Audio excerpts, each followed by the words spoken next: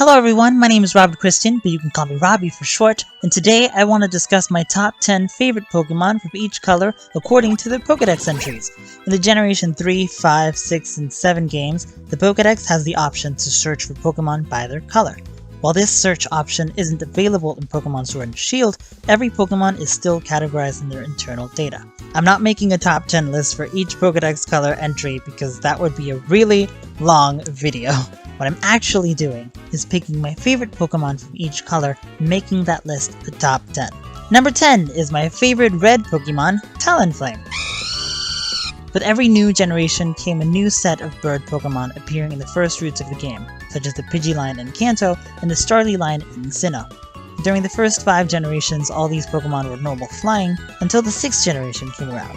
Pokemon X and Y introduced Fletchling, the first early root bird Pokemon, becoming a fire-flying type instead. Talonflame is a formidable choice in the competitive scene with its hidden ability Gale Wings, which gives priority to flying-type moves, and is often paired with moves like Roost, Acrobatics, and Brave Bird.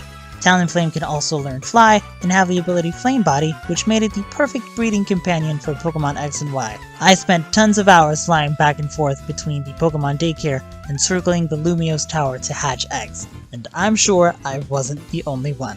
Number 9, my favorite white Pokemon, Duraludon.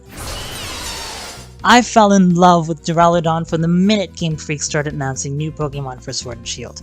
I can't explain how much I love the design for this Pokemon, and its unique Steel and Dragon typing, which it only shares with Dialga, makes it even cooler. I also always thought it looks like a lighter with stubby arms and legs, which makes its Gigantamax form a giant skyscraper with stubby arms and legs. Plus, I named my Duraludon Duracell during my Pokemon Sword playthrough. It only made sense for me to name the alloy Pokemon after the battery company that starts with the same first 4 letters. Number 8 is my favorite yellow Pokemon, Mimikyu. Mimikyu was an exciting addition to the Pokemon franchise, with its unique Ghost Fairy typing and interesting Pokédex entries.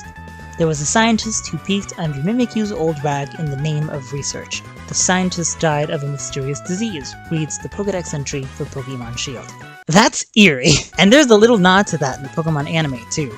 Team Rocket's Meowth accidentally sees what Mimikyu looks like underneath its cloak and eventually faints in fright. I have unfortunately never used the Mimikyu on my team for a regular Pokemon playthrough, as its dual typing overlaps with every Alola starter. Number 7 is my favorite black Pokemon, Sigilyph. Generation 5 was widely considered the worst generation for Pokemon designs, which can arguably be attributed to the lack of older generation Pokemon being present in Pokemon Black and White's regional decks. Players complained that some Pokemon were based on inanimate objects, like Vanillite because it looks like an ice cream cone, or Chandelure because it's just a chandelier, as if we didn't have Voltorb, a literal, inanimate Pokeball.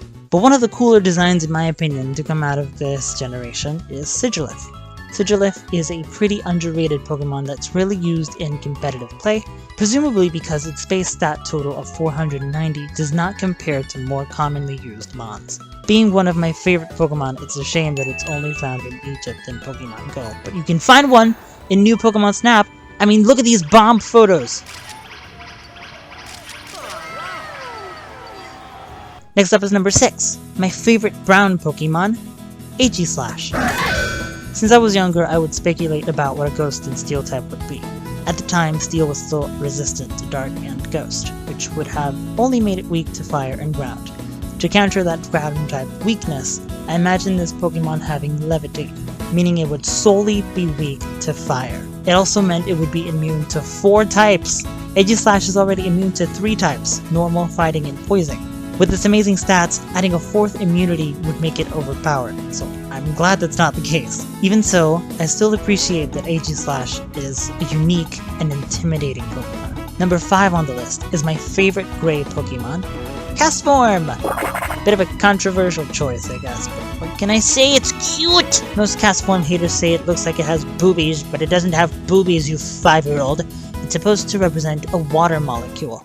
A water molecule has an oxygen atom with 2 hydrogen atoms connected to it by covalent bonds. That's right! Castform is a molecule! The part at the bottom that people call boobs or balls or whatever are atoms! Learn science! people! It also looks like a cloud since, you know, it's the weather Pokemon. Plus it has different forms that are even cuter! Technically each form of Castform is a different color according to the Pokedex, but for this video I simplified it to just its original form.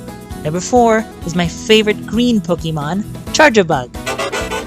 My little melon bus! Charjabug is perfect in every way. It's cute, it's memeable, and it can actually be viable in competitive play. Charjabug's signature ability, Battery, raises the power of allies' special moves by 30%. That means you can be in a double battle alongside a Primarina, for example, and boost its already stab-boosted water-type moves by 30%. That makes Primarina's Sparkling Aria, a 90 base power move that becomes 135 base power with Stab, a move with 175.5 base power. Imagine how much stronger that would be if you equipped Primarina with a Life Orb. I also feel it's important to mention that Rayquaza was a contender for the spot. Yes, the small square-shaped bug beat the legendary Sky Snake. I like it. Next is number 3, my favorite blue Pokemon, Empoleon. Though Pokemon Emerald is my favorite game of all time, Pokemon Pearl and Platinum have a special place in my heart.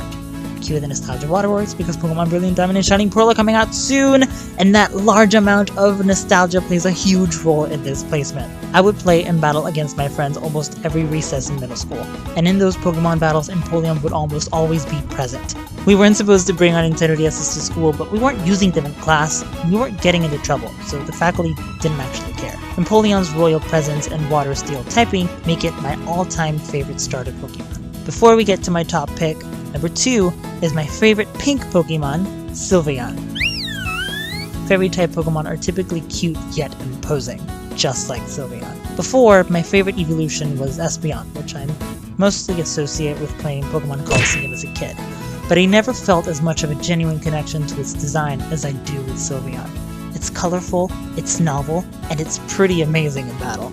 It was also recently released to Pokemon Go, so I took advantage of the free evolution to evolve my shiny Eevee into a shiny Sylveon. Look at it! Look at it! Look at it! And finally, and if you know me personally, you won't be surprised by this choice in the slightest, my favorite purple Pokemon, my number 1, Ditto! Most people love Ditto because it's the perfect Pokemon breeding specimen, but I love Ditto for so much more than that. It's cute and it can transform into anything. And I mean anything. Have you seen Pokemon Detective Pikachu? Spoiler alert! Ditto is a villain! You're Ditto. Am I the villain? I don't think I'm the villain. It became competitively viable in Generation V thanks to its hidden ability Imposter, though it only has one possible movement to make it viable, but my point still stands. Plus, it has an Instagram! You can find Ditto Daz on Instagram and follow his adventures. I guarantee Ditto will become your favorite Pokemon tourist in all the land. Thank you so much for watching, and a special thanks to these people for helping me with this video. Leave a like and a comment if you want, and subscribe for more fun Pokemon videos, and let me know what you'd like to see next. Bye!